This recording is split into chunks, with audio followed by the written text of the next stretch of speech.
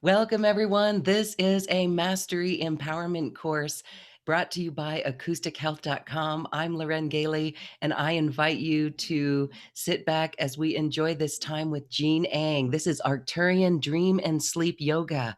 And we're going to touch on the various levels because we can go very deep in this. And so we begin with this very interesting conversation that actually will expand your consciousness. Hi, Jean. Welcome. Hi, Laura. Hi, everyone. It's good to meet on this virtual astral space and physical space, kind of in between, and which is very appropriate for our topic today, too. So feel very grateful to be here with everyone. Well, thank you, Jean. We are grateful that you are here with us. This is a fascinating topic, and we've actually done a lot to cover it in these courses that we've done with the Arcturian healing frequencies. This is literally a continuity of consciousness in this dream space.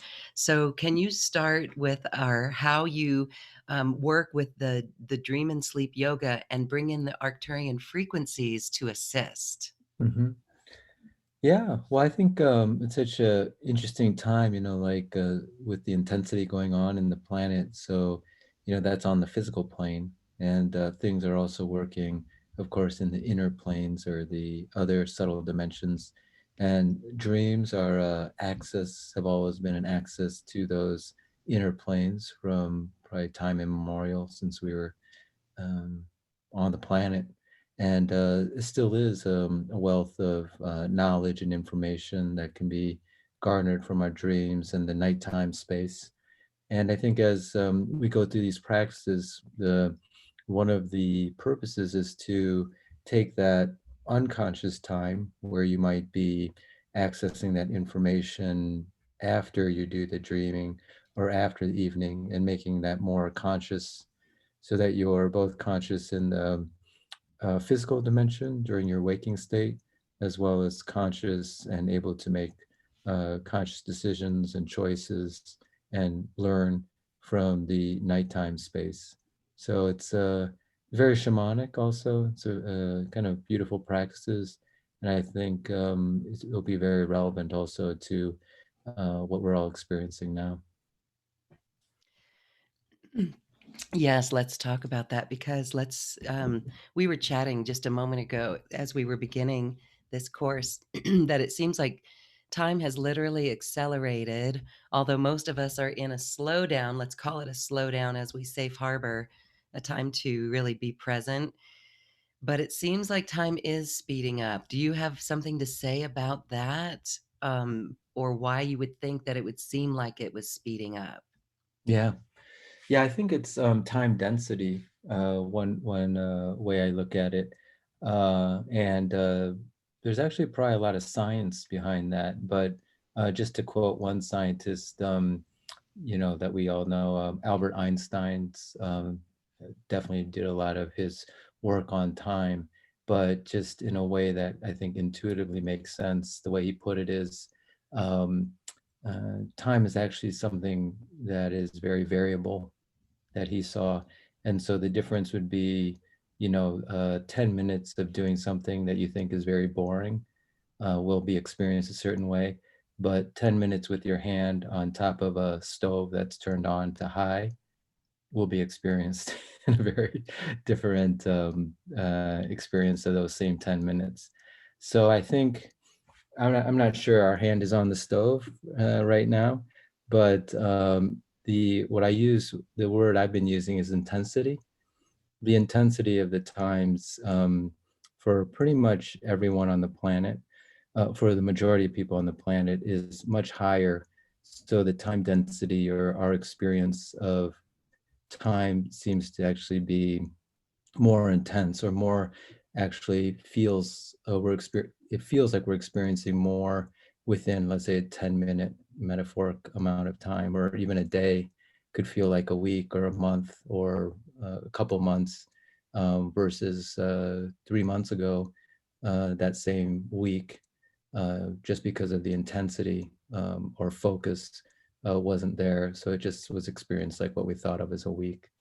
um, Yeah. So and then just to kind of bring it back to what we're doing here, I think a lot more is happening in the inner world at the same time as in this physical world.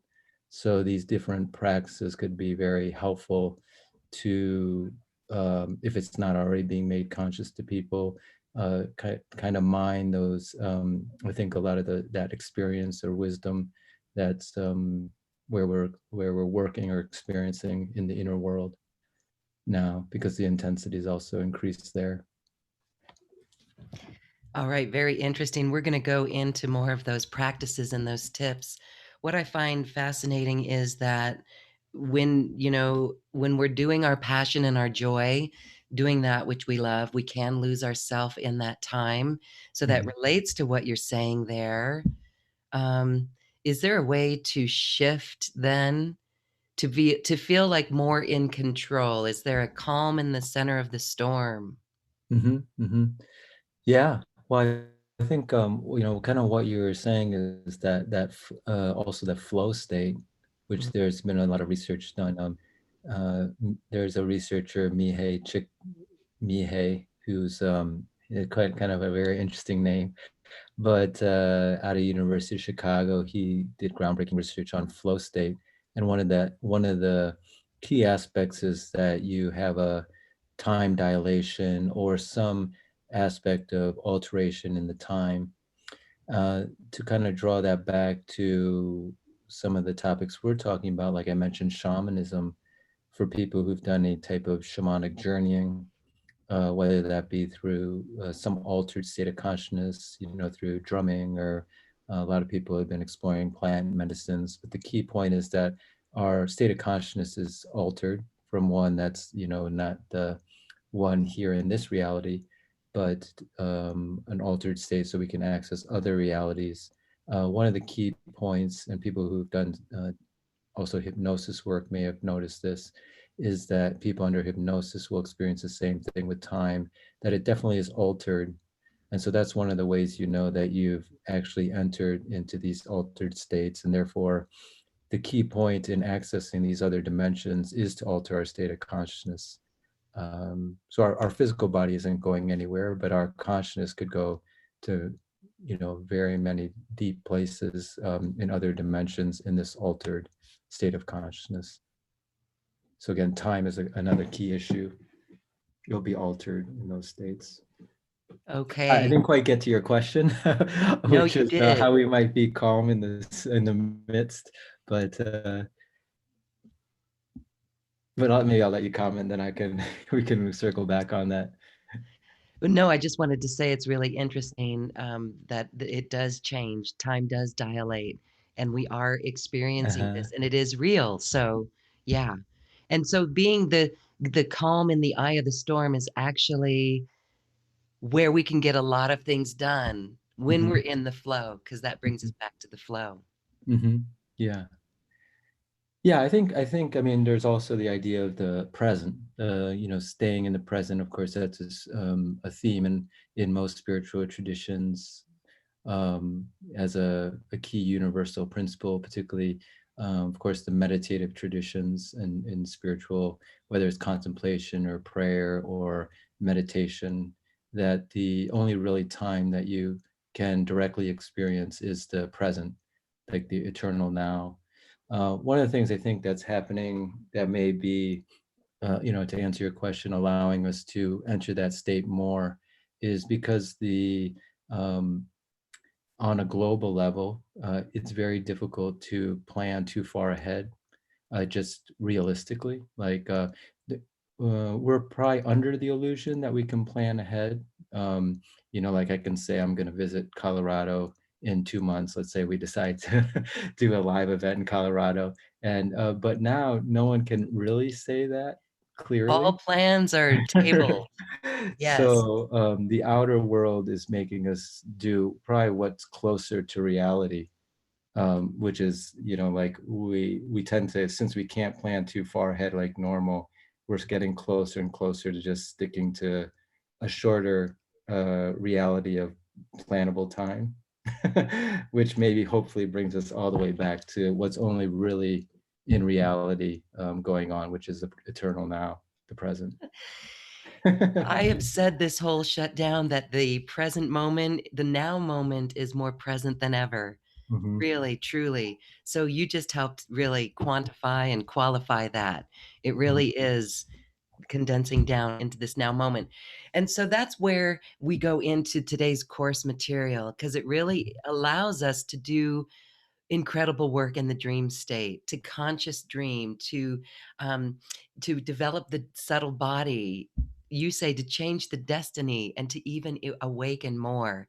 So Hmm. let's begin with that. Start off with what you mean. How can we use this dream state and this sleeping time to actually change our world?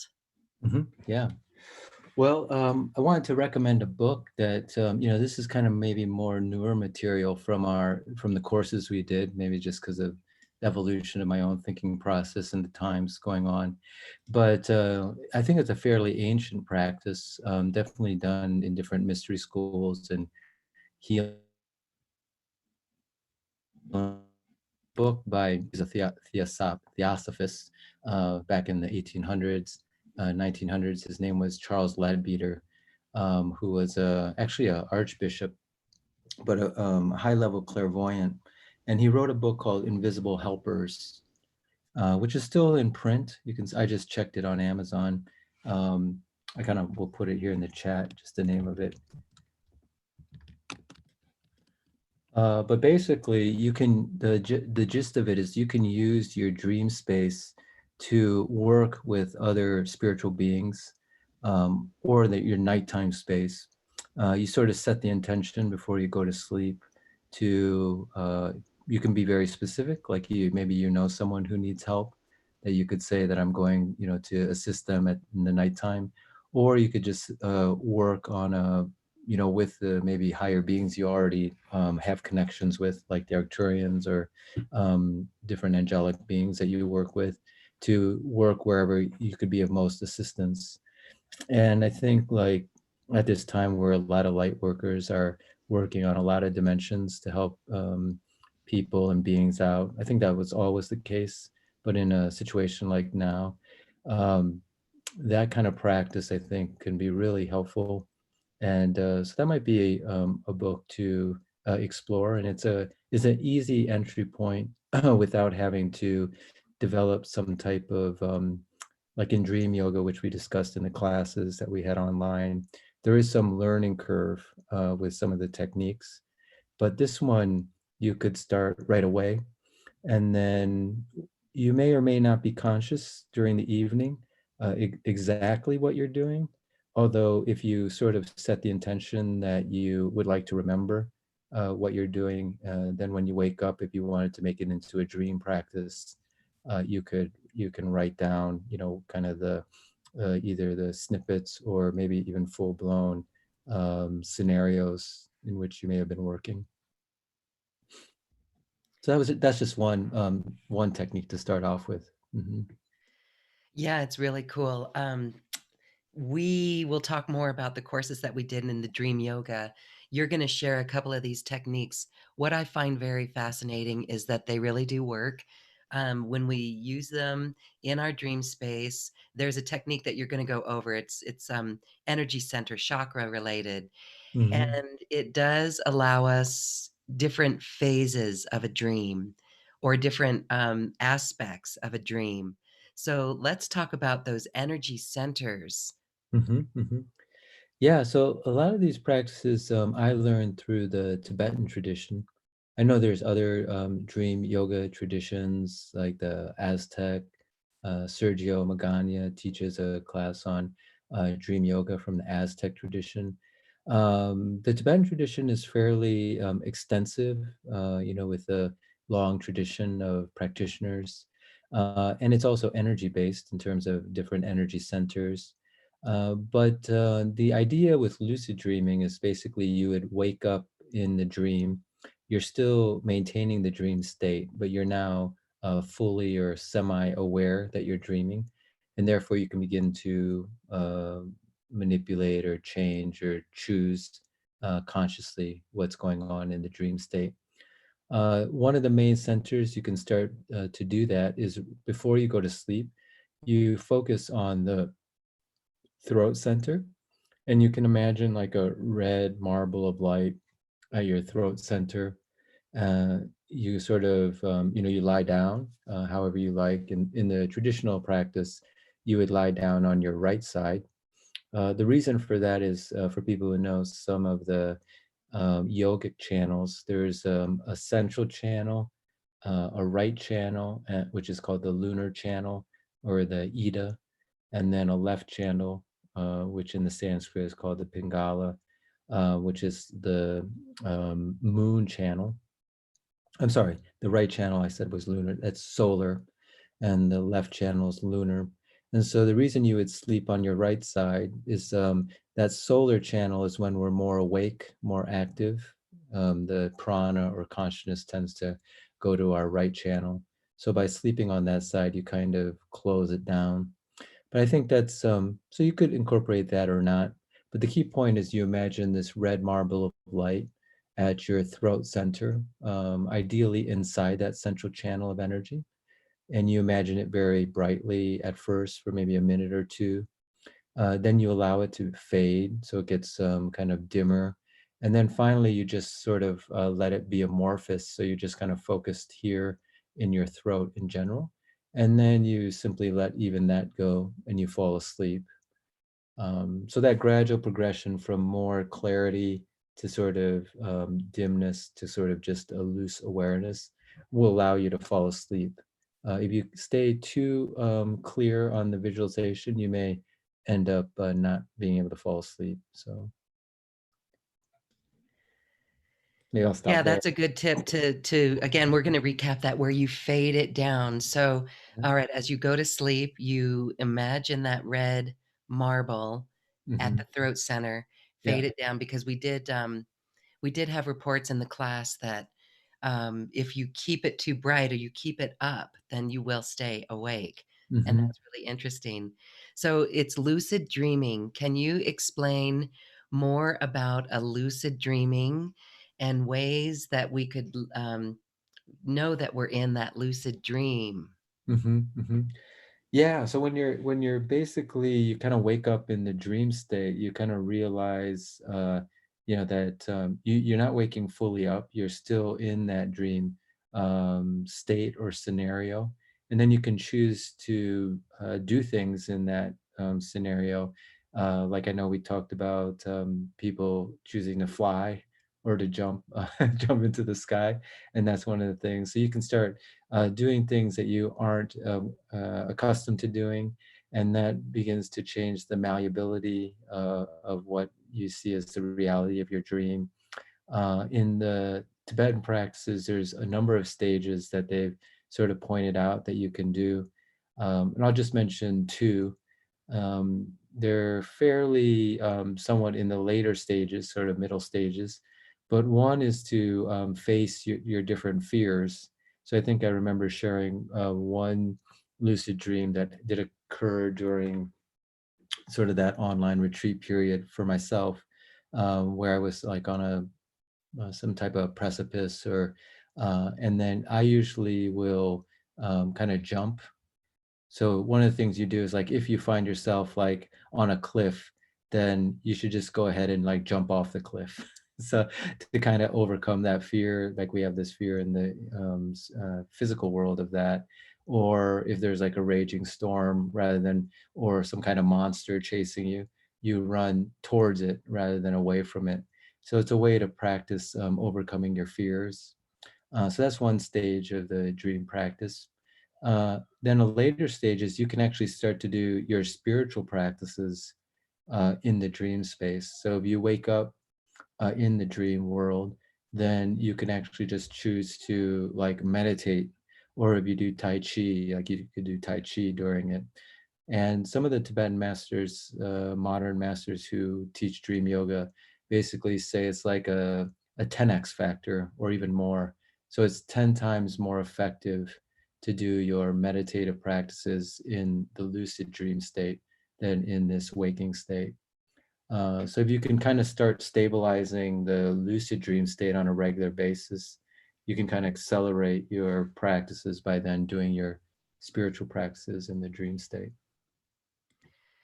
All right, please share a little bit more on how you can meditate in the lucid dreaming state. You Hmm. know, we've talked about one way to recognize the lucid dream is when you see something unusual in the dream, like you said, Hmm. standing on the cliff and choosing to jump off.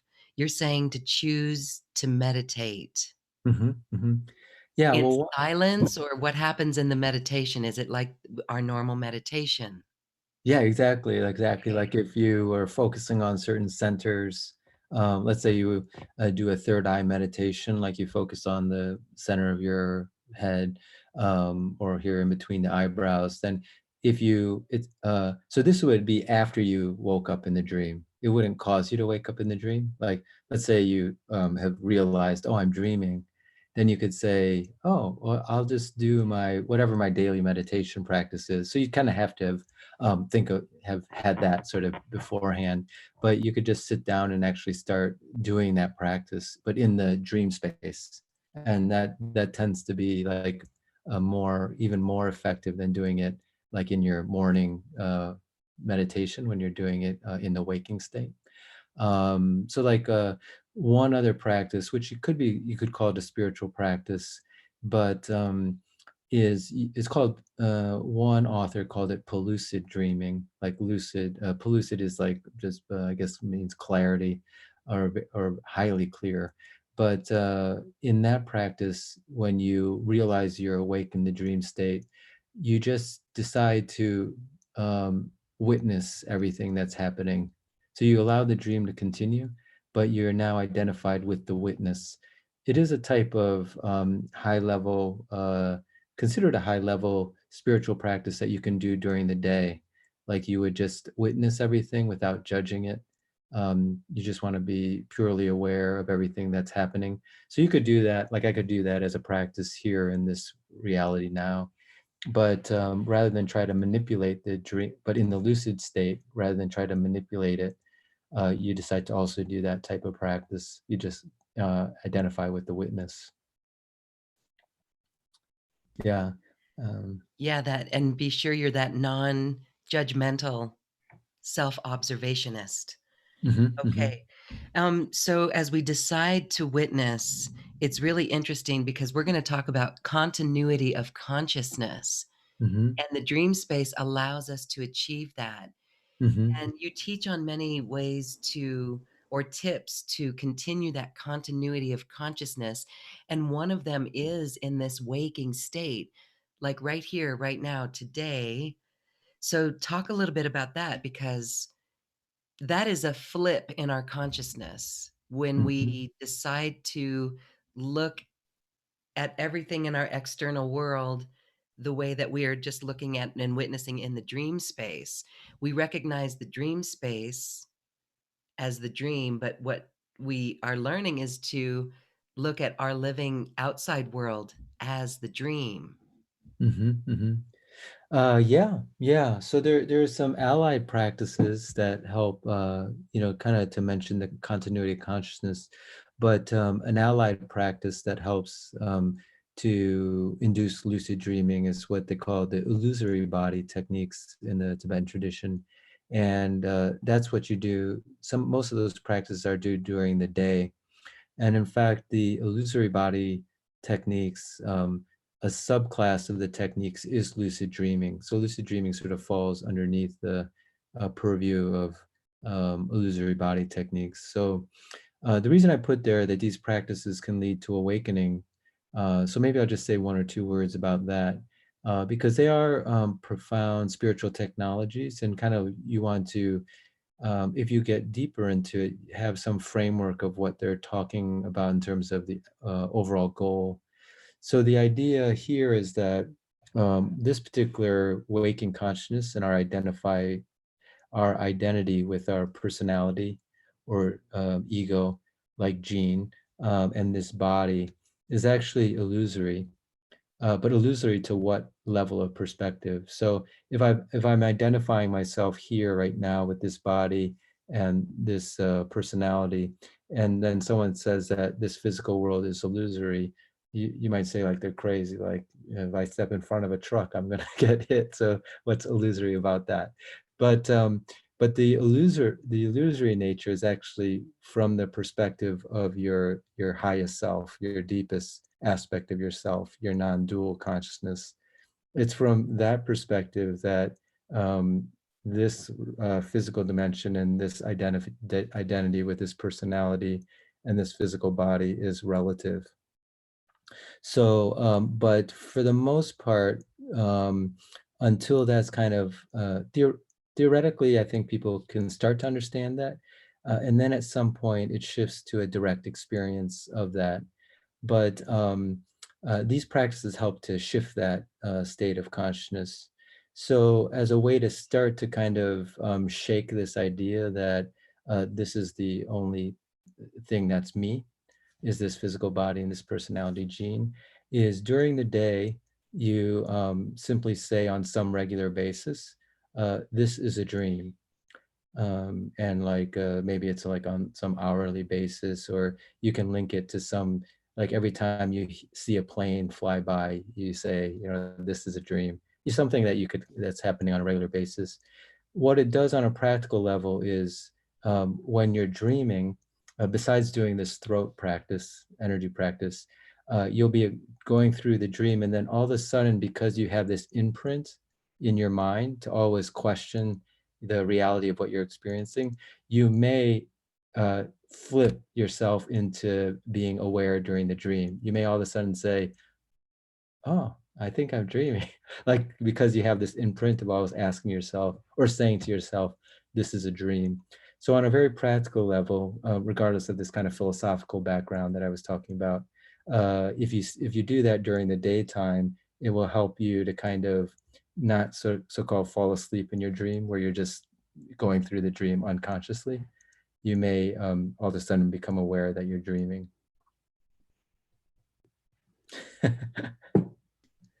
Yeah. Okay.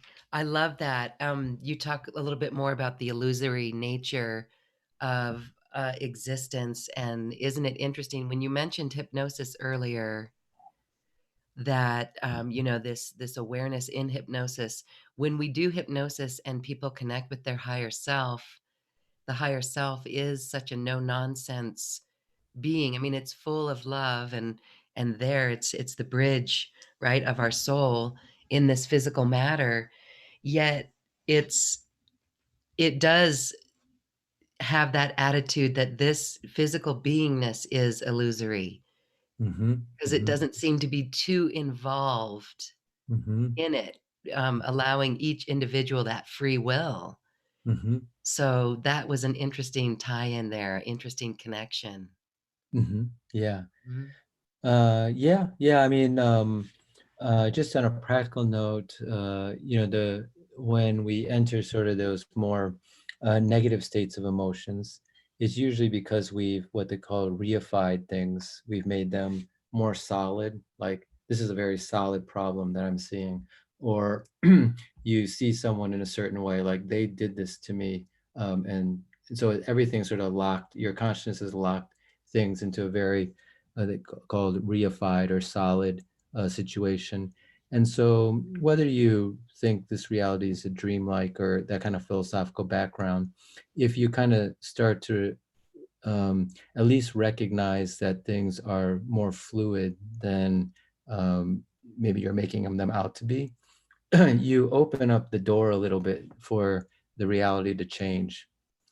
So one person may really rub you the wrong way, but I'm sure there's another person in that person's life who sees them as the best thing in their life.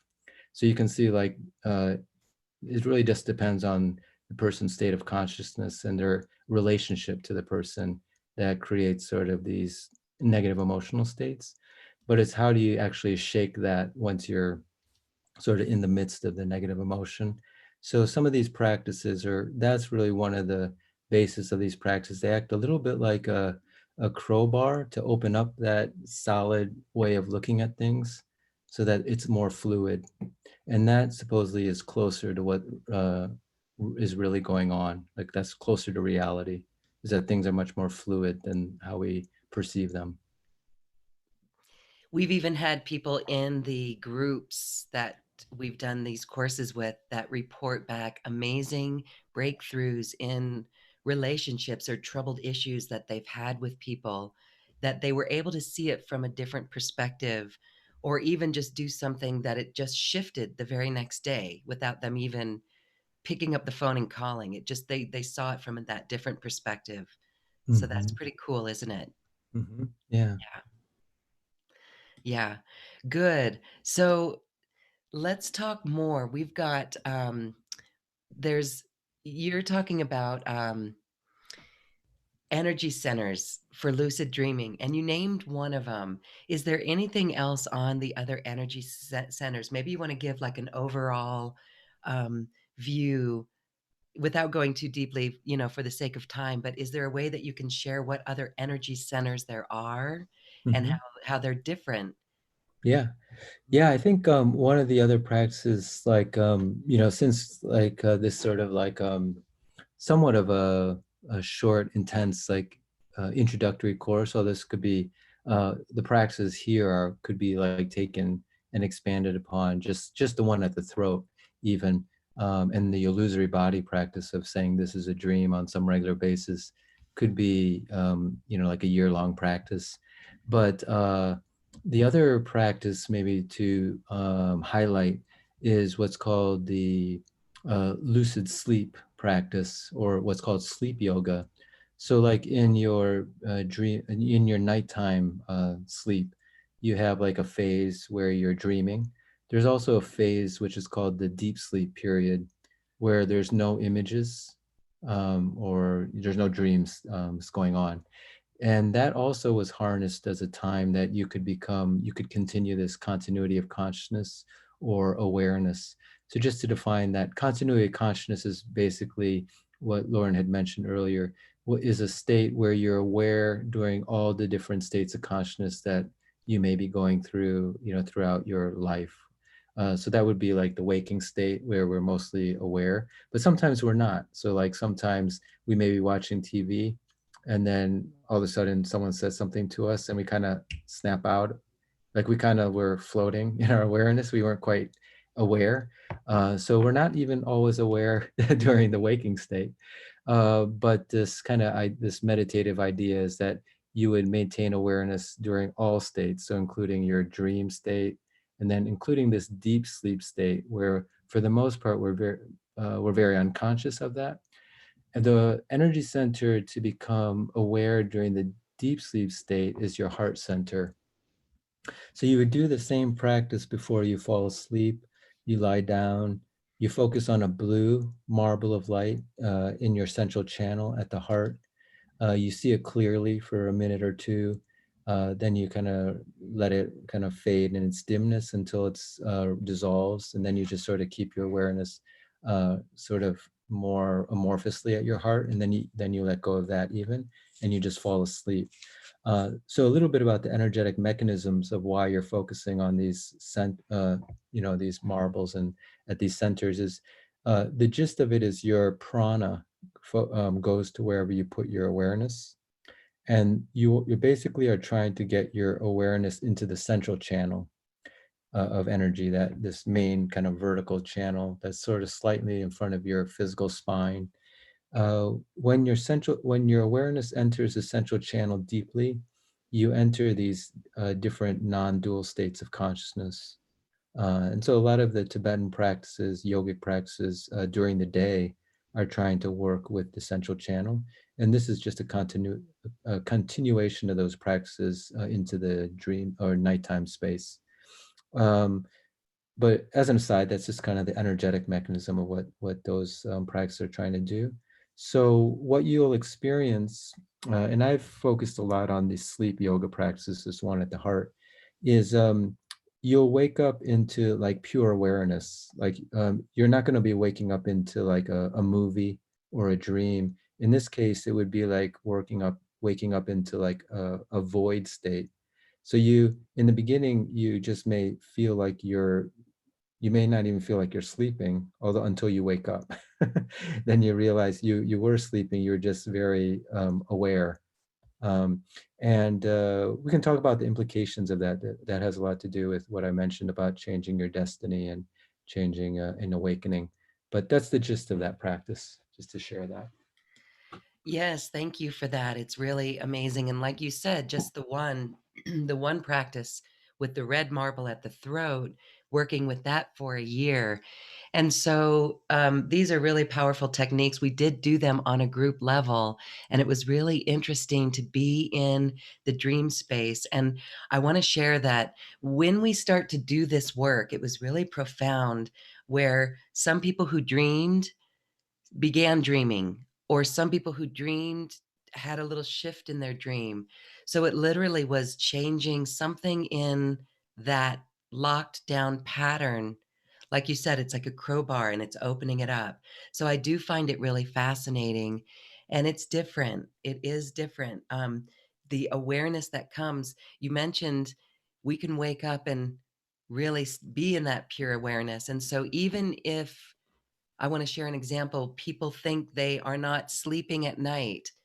If you tend to like toss and turn a little bit, there is a state, even in that circumstance, where you probably were sleeping, but you weren't thinking that you were sleeping. So, Mhm. in a situation like that, because I know many of us, if we wake up in the middle of the night and maybe due to energies outside of us or whatever, to be aware in all states. So to use that in a time where, if you want to call it and label it insomnia, maybe Mhm. to take it into a different state. Do you Mhm. have any tips about that type of situation?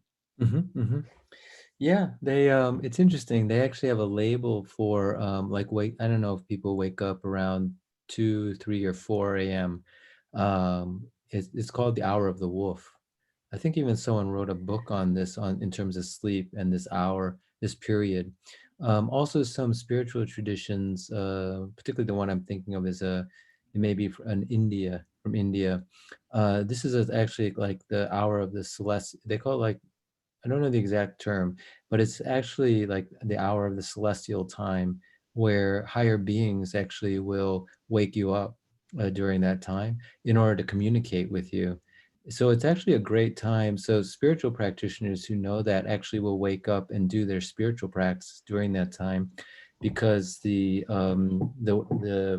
window or the what they call it, the barrier to the spiritual world is thinner and higher beings can speak to you more clearly, kind of communicate to you more clearly. So a lot of people may be experiencing that too, like outside of like a medical model or kind of a scientific, physical model, like from a spiritual model.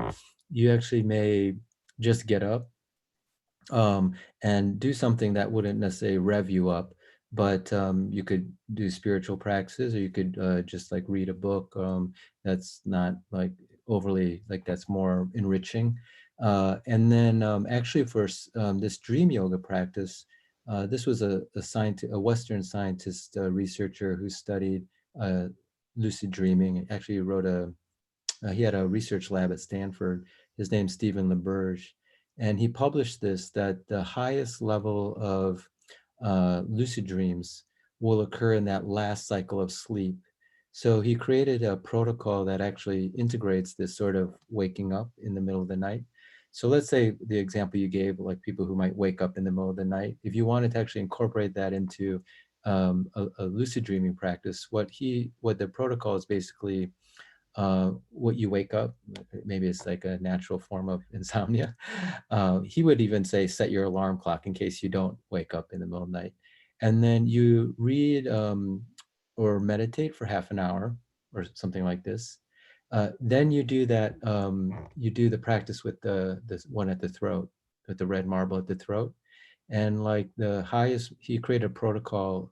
I think it was the acronym was MILD, capital MILD, and Stephen LaBerge, if you look that up on the internet. But that gave and he wrote a scientific paper on this. The highest percentage of lucid dreaming is that through that protocol. So this is a way to, I guess, integrate what the practices we were mentioning with this. I know it could be a common problem now that people are finding themselves waking up and then sort of feeling they have to go back to sleep maybe because they need to stay on a schedule for work. But you could maybe harness that as an opportunity.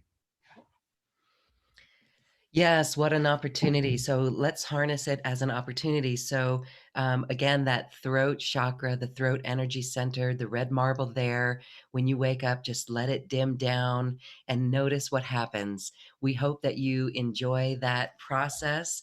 It is pretty interesting what we've seen in the experiences of the people in our classes that have done this with us. Really amazing dreams. Um, and we can pick up in our dreams too. What would you say about, all right, so we're in that lucid dream. What about writing the dream down? Yeah. Or if you have to get up and leave your bed, like if you get up and go meditate, are you going to lose the dream that quickly? Or do you meditate and come back down with that red marble and do that practice again? Hmm. Mhm. You're saying like if you woke up in the middle of the night? So like if you wake up in the middle of the night Yeah. and you forget that dream, let's just Oh yeah. say, can you go back into the dream? Oh yeah. Uh-huh. Yeah, yeah. We had covered one practice that there are practices of re-entering your dream state after having woken up, but the shamanic practice that I had introduced in one of those classes is if you have a dream that you've had. Maybe it's not necessarily going straight back into it, like after some period of not sleeping and then going back to sleep, but you can go back into that dreams snippet or scenario as a journey. So this would be like during the day if people knew how to do shamanic journeying. You could take that dream scenario and re-enter that as a entry point for a shamanic journey with your helping spirit. Maybe you choose one of your helping spirits, and then I know there's a little bit of context of maybe teaching shamanic journeying, but I'll just kind of just go with assuming people might know how to do that or could learn that. You go back in with your guide, your helping spirit, and then you actually let the helping spirit kind of teach you what all these different things mean. Like you can basically ask that helping spirit what the significance of that dream is, maybe even continue some of it. So it's a way to kind of mine the wisdom of your dreams with your helping spirits and shamanic journeying. Yes, yes, and then in the shamanic journeying, you've got actually, there's 6 lessons because it's Dream and Sleep Yoga Series 1 and 2, Hmm. and we'll talk about that because people can work with this program and all of these techniques and these tips. But the shamanic journey, we did do that in a couple of sessions, and that was really interesting. And then the helping spirits, really beautiful work and teachings. So, can you give a tip for those who, another tip in the dream space that want to connect before bedtime, before sleep time with their guides? Is there a particular process? Oh yeah, yeah. So if people just are starting out or want something kind of more simple, like I like some of the simple practices too. And then the thing is, when you have this array of practices, hopefully people aren't getting overloaded with too many things to do at night, and then you can't fall asleep. But you can always like choose, like this night I'm not doing any practices. Like I'm just gonna go to sleep, just recover. This night I'm going to work with my invisible helpers and go help whoever I need. That very first practice I shared. And then this night I'm going to do, or these next couple nights I'm going to do the red throat practice. But simply before you go to sleep, you can, if you work with certain you know God or the divine and certain like manifestations of that, maybe it's Buddha, Kuan Yin, or Mother Mary, or Jesus, or the Arcturians, some different star beings, or Archangel Michael. You sort of first connect with them, and then you ask them to help you with your sleep practice, whether it be the dream yoga practice or helping on the spiritual planes. And then you just fall asleep. Oh, then you just say, when I wake up, I will remember my dreams. You can say that like 3 times. Then you don't do any of the kind of more complicated practice, if I would call it that way. Although, I mean, they are straightforward. You just fall asleep.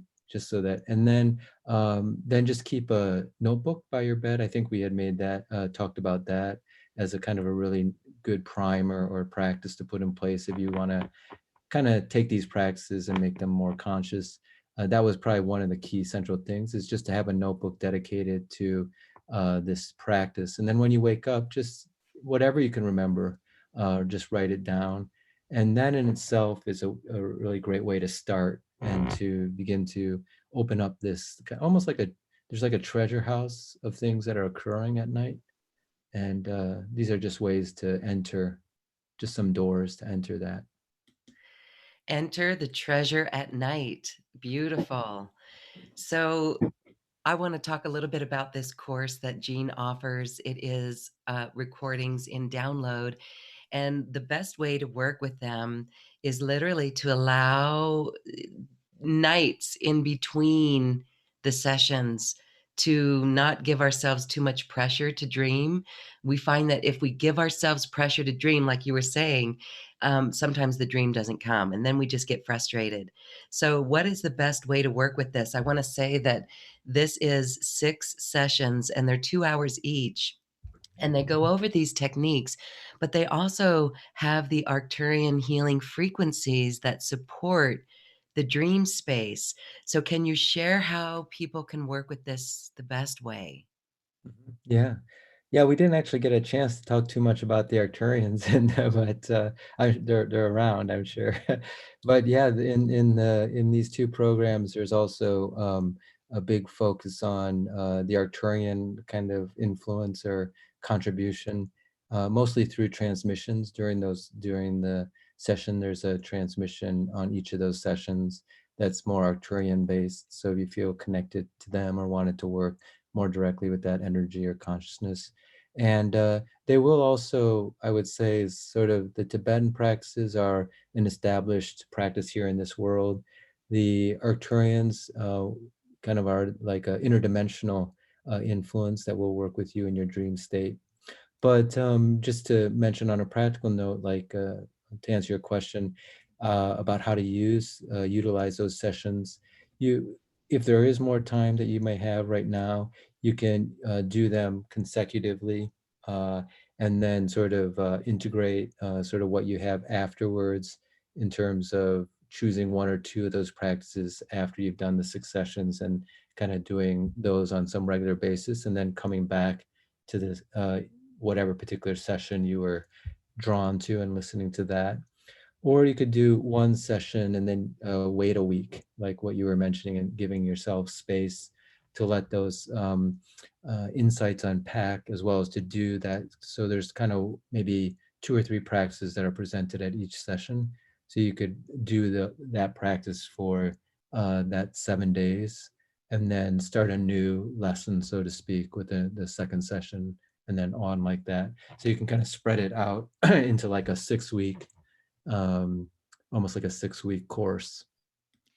Yes, because after 60 days, then these habits are totally inbred or ingrained, let's just say, embedded within us. And it's totally different after 60 days. That's part of the training that it mentions in there. So it's really wonderful.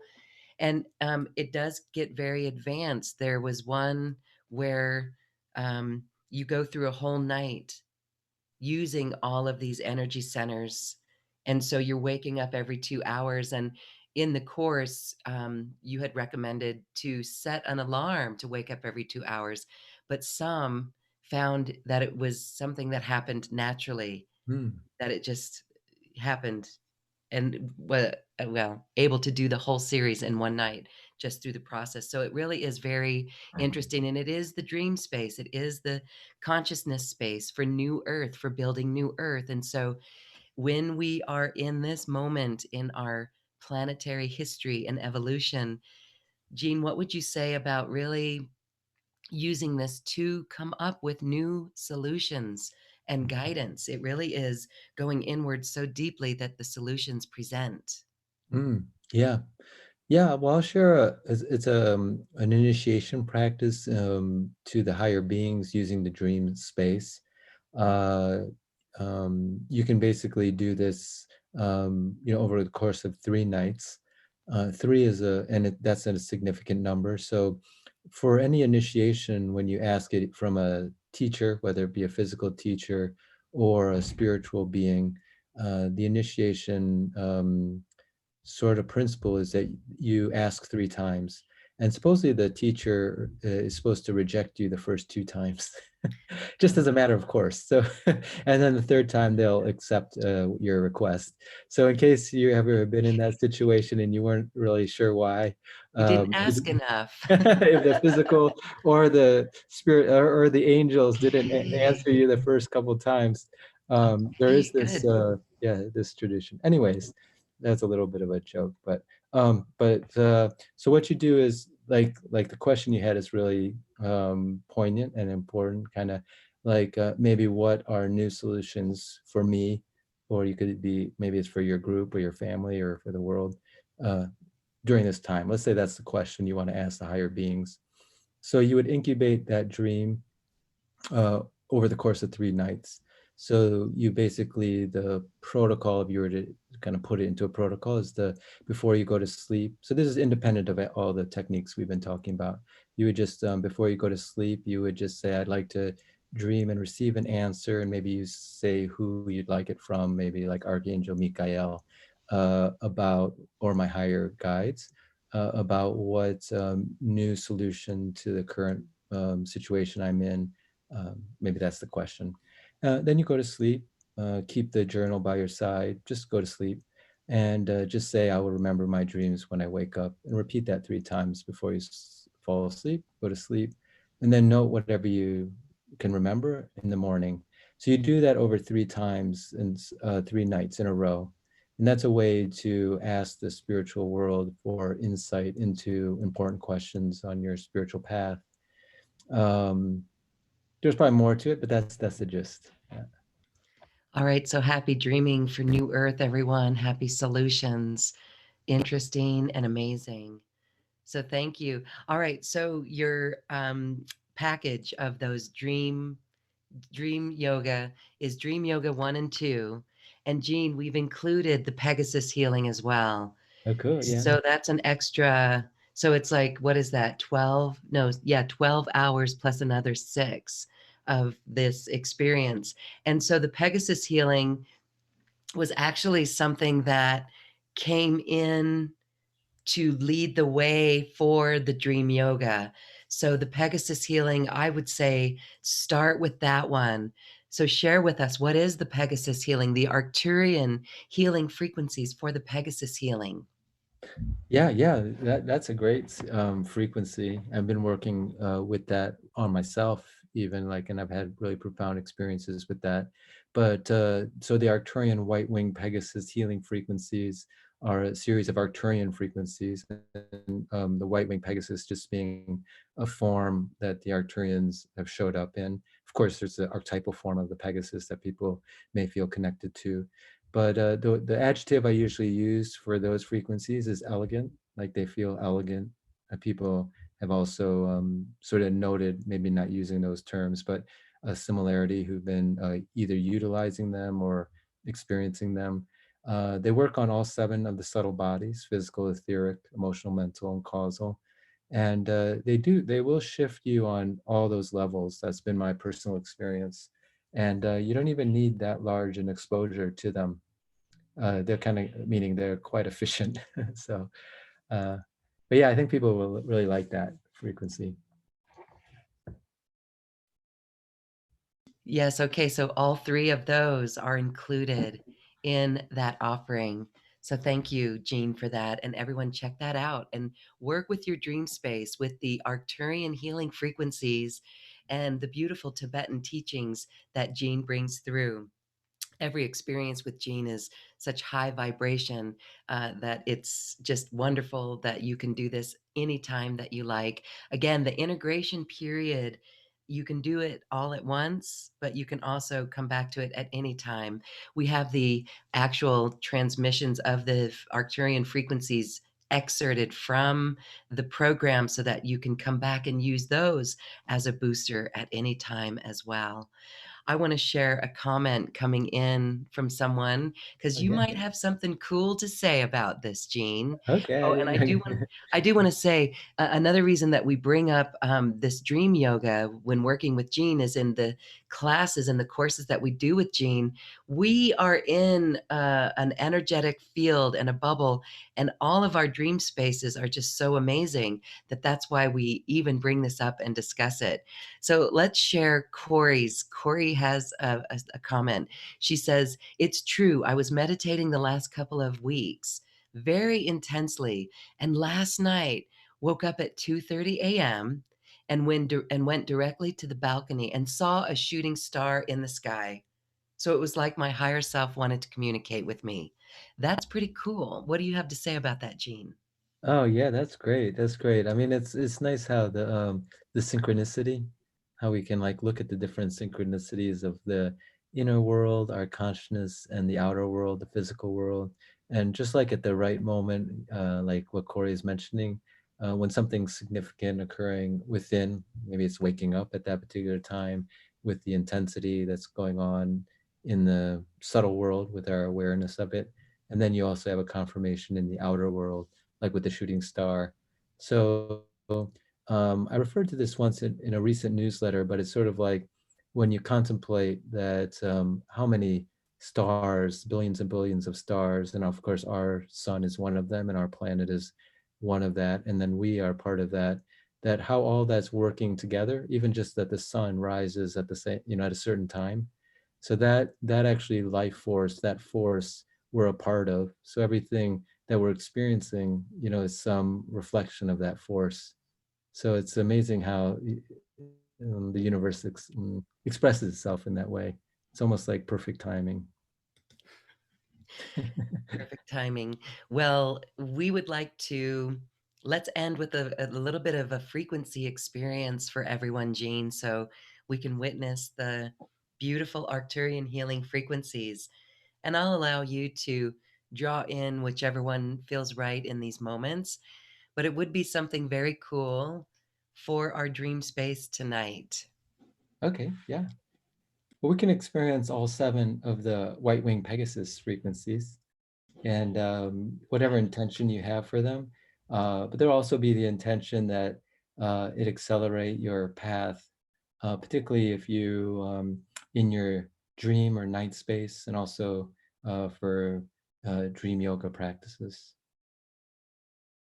Okay, so you can just relax and however you like to receive this, either seated or lying down or just standing. And then you can put the tongue on the roof of your mouth to connect your front and back energy channels.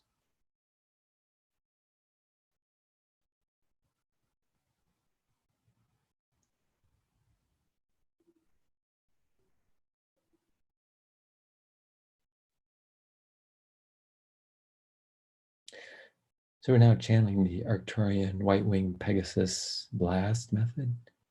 That would include the physical, etheric, emotional, mental, causal, spiritual, and divine Arcturian white-winged Pegasus frequencies.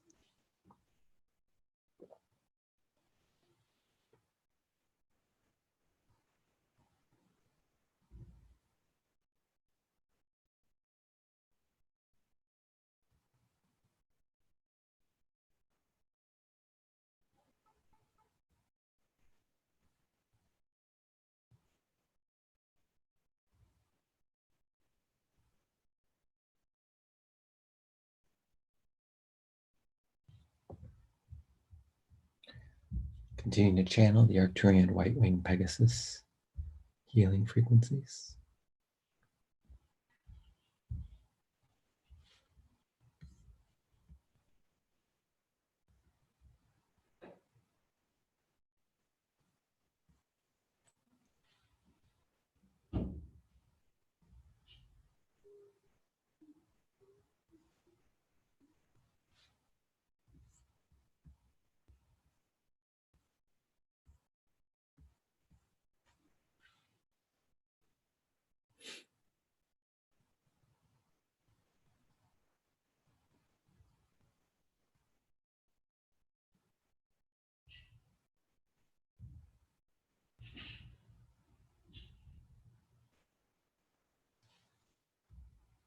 And continuing with the third and last phase of the Arcturian white wing Pegasus healing frequencies.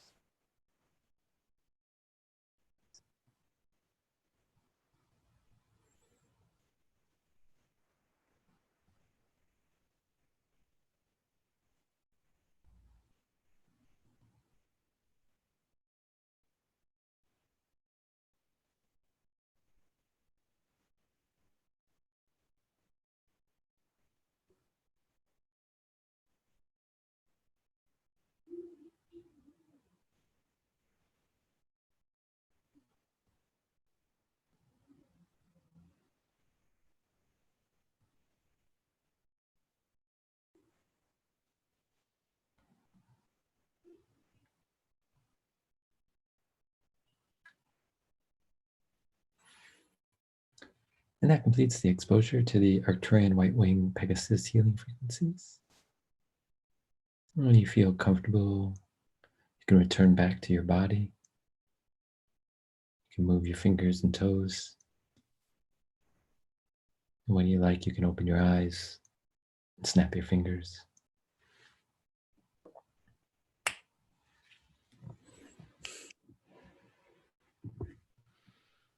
All right, that was beautiful and a very short, brief experience of the Arcturian healing frequencies.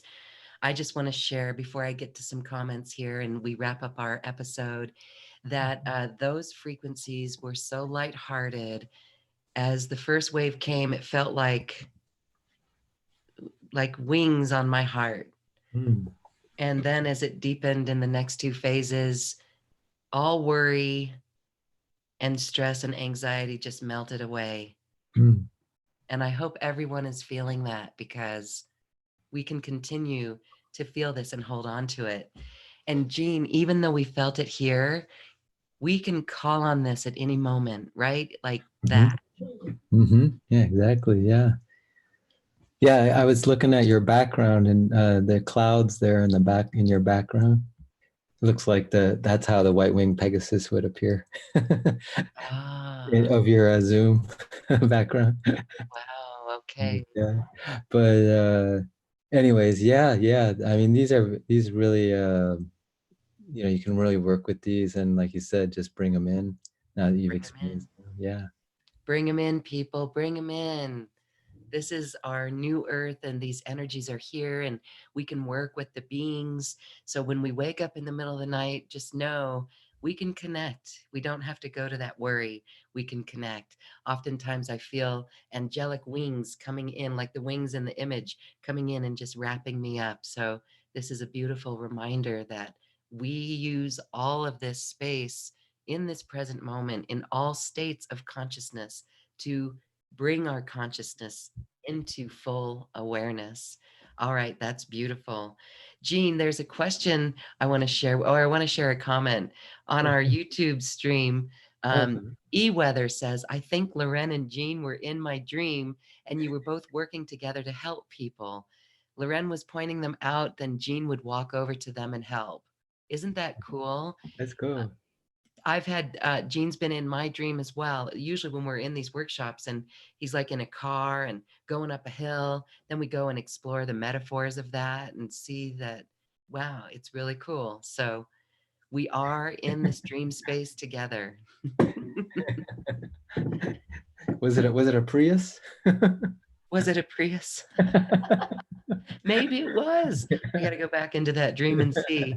But really amazing. In this dream state, as you work with your dreams, you can even advance them even further. It's really exciting to see what goes on and the levels of advancement. We've had people jumping. I myself jump in my dreams, and you just made me remember that I haven't jumped in my dreams really since this whole situation on our global thing shifted. So tonight, I hope everyone joins me and starts jumping, taking these quantum jumps in our dreams and working with our dreams, working with our higher self guidance so much that we can get this information from the dream state to really bring in new earth. Isn't that amazing, Jean? That's really what we're doing.